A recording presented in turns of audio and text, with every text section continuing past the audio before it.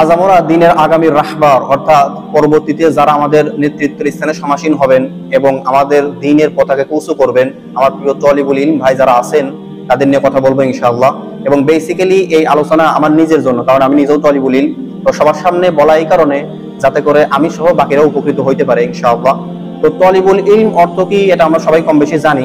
তলিবুল ইলম অর্থ হচ্ছে জ্ঞান অন্বেষণকারী, অর্থাৎ কোরআন এবং হাদিসের ছাত্রদের তলিবুল ইলম বলা হয়। তো সর্বপ্রথম আমি নিজেকে এবং আমার প্রিয় তলিবুল ইলম ভাইদেরকে এটা বলতে চাই যে প্রিয় ভাই, আমাদেরকে বোঝা উচিত যে আমরা কি শিখতেছি বা কোথায় আছি, আমাদের অবস্থান কোথায়।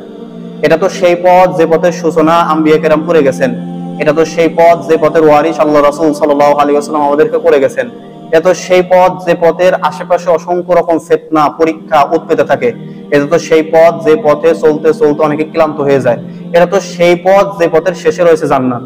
সুবহানাল্লাহি ওয়া বিহামদি। কিন্তু আফসোস এবং পরিতাপের বিষয় ওইটা যে যখন আমরা দেখি, আমরা যখন নিজেদের সাথে মেলাই যে আমরা জাহেলিয়াতে লিপ্ত থাকা মানুষটিকে নিজের আদর্শ মনে করি, যখন আমরা ফ্রি ফায়ার, পাবজি, টিকটক এগুলোতে লিপ্ত হই, জাহেলিয়াতে লিপ্ত থাকা মানুষটি যখন প্রেম ভালোবাসা এগুলোতে লিপ্ত, আমরা সেটাকে করতে চাই, তাকে আদর্শ মনে করে। আফসোস এবং পরিতাপের বিষয় এটা প্রিয় ভাই। আল্লাহর কসম, এই জমিনের আগামী দিনে দিনের ভবিষ্যৎ কি হবে, ইসলামের ভবিষ্যৎ কি হবে, এটা নির্ভর করতেছে আপনার বর্তমানে চলাফেরার উপরে। আই রিপিট ইট, আপনি যদি না থাকেন, আমি যদি না থাকি, এই দিন বিজয়ী হবে, আল্লাহ দিনের বিজয় নিশ্চিত করবেন। কিন্তু আপনি এই দিনের সাথে থাকতে পারবেন কিনা, আপনার দ্বারা দিনের খেদমত হবে কিনা, এটা নির্ভর করতেছে আপনি বর্তমানে কিভাবে নিজেকে প্রতিষ্ঠা করতেছেন। আপনি একবার দেখেন আল্লাহ সুবহানাহু ওয়া তাআলা, রাসূল সাল্লাল্লাহু আলাইহি ওয়াসাল্লাম কত রকম ফজিলত, কত রকম পুরস্কারের ঘোষণা আপনার জন্য দিয়েছেন। এবার কল্পনা করেন, একজন তলিবুল ইলম যখন রাতের কিছু অংশ দাঁড়িয়ে ইবাদত করে, সে সারা রাত দাঁড়িয়ে থাকার সওয়াব পায়। পৃথিবীর কোন ব্যক্তি আছে আর এই সওয়াব পায়? একজন তলিবুল ইলমের জন্য সমুদ্রের মাছ পর্যন্ত দোয়া করতে থাকে। কার জন্য এরকম দোয়া করতে থাকে?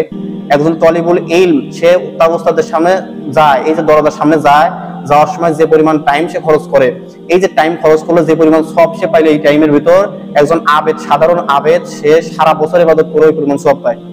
কে পাবে এরকম ফজিলত? কে পাবে? একজন তলিবুল ইলমের সম্মানে ফেরেশতারা তাদের নূরের ডানা বিছাইয়ে দেয়। একজন তলিবুল ইলমের সম্মানে ফেরেশতারা একের উপর এক সওয়ার হতে হতে পৃথিবীর প্রথম আসমানে চলে আসে। একজন তলিবুল ইলম যখন বাড়ি থেকে বের হয় ইলম শেখার জন্য, আল্লাহ তার জান্নাতের পথকে সহজ করে দেন। আল্লাহ তাকে শহীদে মৃত্যু দান করেন যদি অবস্থা তার মৃত্যু হয়। এইরকম সম্মান, এরকম মর্যাদা আর কোথায় পাবেন আপনি?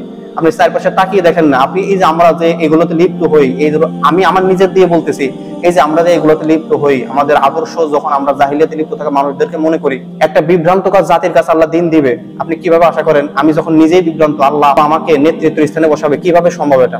সর্বত আমার নিজেকে জাহিলিয়াত থেকে বের হইতে হবে। আপনি চারপাশে তাকিয়ে দেখেন, অসংখ্য মানুষ আজ বিভ্রান্ত, যুবকরা আজ ideological confusion, secularism, liberalism, feminism, এই সমস্ত চিন্তাগত বিভ্রান্তিতে ভুগতেছে। উম্মার মাঝে ঐক্যের অভাব, তত্ত্বযুদ্ধ আমাদের পিছিয়ে পড়া, এরকম হাজার রকম সমস্যা আছে। তো আপনি এই সমস্যাগুলো উদ্ঘাটন করেন, এই সমস্যার কথা মাথায় রেখে দিনের আগামী রাহবার হিসেবে নিজেকে গড়ে তোলেন। একজন তলিবুল ইলমের কাছে আল্লাহ দিন দিবে অসংখ্য কোরবানির মাধ্যমে। ইল এটা কোরবানির মাধ্যমে আসে। আমাদের সালাফদের দিকে তাকিয়ে দেখেন না, তারা এমনও বিষয় আছে, এমনও সালাফ আছে, তারা বিবাহ করেন নাই। বিবাহ করা দোষের কিছু না, কিন্তু বিবাহ করেন নাই দিনের জন্য, দিনের জ্ঞান মানুষের কাছে পৌঁছে দেওয়ার জন্য। আমাদেরকে ওইভাবে নিজেদেরকে গড়ে তুলতে হবে। একজন তলিবুল ইলম গা বাঁচানোর মনোভাব ত্যাগ করে দিনের জন্য সর্বোচ্চ কুরবানির প্রস্তুতি নিবে। একজন তলিবুল ইলম গুনাহ মুক্ত জীবন করে সময়কে সর্বোচ্চ কাজে লেগে দিনের জন্য প্রস্তুত হবে। তলিবুল ইলমের জন্য তাহাজ্জুদ অত্যন্ত আবশ্যক, এটা নিজের উপর আবশ্যক করে নিতে হবে। মনে রাখতে হবে এই দিনের বিজয় আল্লাহ সুবহানাহু ওয়া তাআলা অবশ্যই দিবেন। আমি ছাড়াও হবে, আমি থাকলেও হবে, আর আমি যদি সাথে থাকি আমি সফল। অতএব ওই দিনের বিজয়ের দিকে আমাদেরকে যেতে হবে। সৃষ্টির সূচনা লগ্ন থেকে আদম সন্তানের জন্য শ্রেষ্ঠত্বের মানদণ্ড হলো জ্ঞান।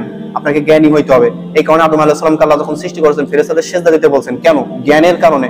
ফেরেশতাদের থেকে আদম আলাইহিস সালাম বেশি জানতেন এই জ্ঞানের কারণে। অতএব আমাদেরকে দিনের ওই প্রস্তুতির কথা মাথায় রেখে দিনের জন্য সর্বোচ্চ কুরবানির প্রস্তুতি নিতে হবে। আল্লাহ বলছেন লাইসা লিল ইনসানি ইল্লা মা সা, মানুষ তাই পায় যা সে চেষ্টা করে। আল্লাহ আরো বলছেন যাল্লাযীনা জাহাদু ফিনা লানাহদিয়ান্নাহুম সুবুলানা ওয়া ইন্নাল্লাহা লামাআল মুহসিনিন। আল্লাহ বলছেন কেউ যদি আমার পথে চেষ্টা সাধনা করে, আমি অবশ্যই তাকে আমার পথে পরিচালিত করব। আল্লাহ সৎকর্মশীল যারা তাদের সঙ্গে আছেন। অতএব আমাদেরকে এই কথাগুলো মাথায় রেখে দিনের জন্য সর্বোচ্চ কুরবানির দিকে যেতে হবে এবং দিন যেন বিজয়ী হয়, আমরা যেন দিনের সাথে সম্পৃক্ত থাকতে পারি, সেভাবে নিজেদেরকে প্রতিষ্ঠা করতে হবে। আল্লাহ সুবহানাহু ওয়া তাআলা আমাদের সবাইকে আমল করার তৌফিক দান করুন। যা বলা হয়েছে এর মধ্যে যদি কোনো কল্যাণ থেকে থাকে, এটা আল্লাহ সুবহানাহু ওয়া তাআলার পক্ষ থেকে, আর যদি কোনো অকল্যাণ থেকে থাকে, সেটা আমার এবং শয়তানের পক্ষ থেকে। ফজিলতের জায়গা থেকে, হাদিসের রিওয়ায়াতে যদি কোনো সমস্যা থেকে থাকে, আল্লাহ সুবহানাহু ওয়া তাআলা আমাদেরকে মাফ করুন এবং সঠিকটা যাচাই বাছাই করে আমল করার তৌফিক দান করুন। ওয়া আখির দাওয়ানা আনিল হামদুলিল্লাহি রাব্বিল আলামিন।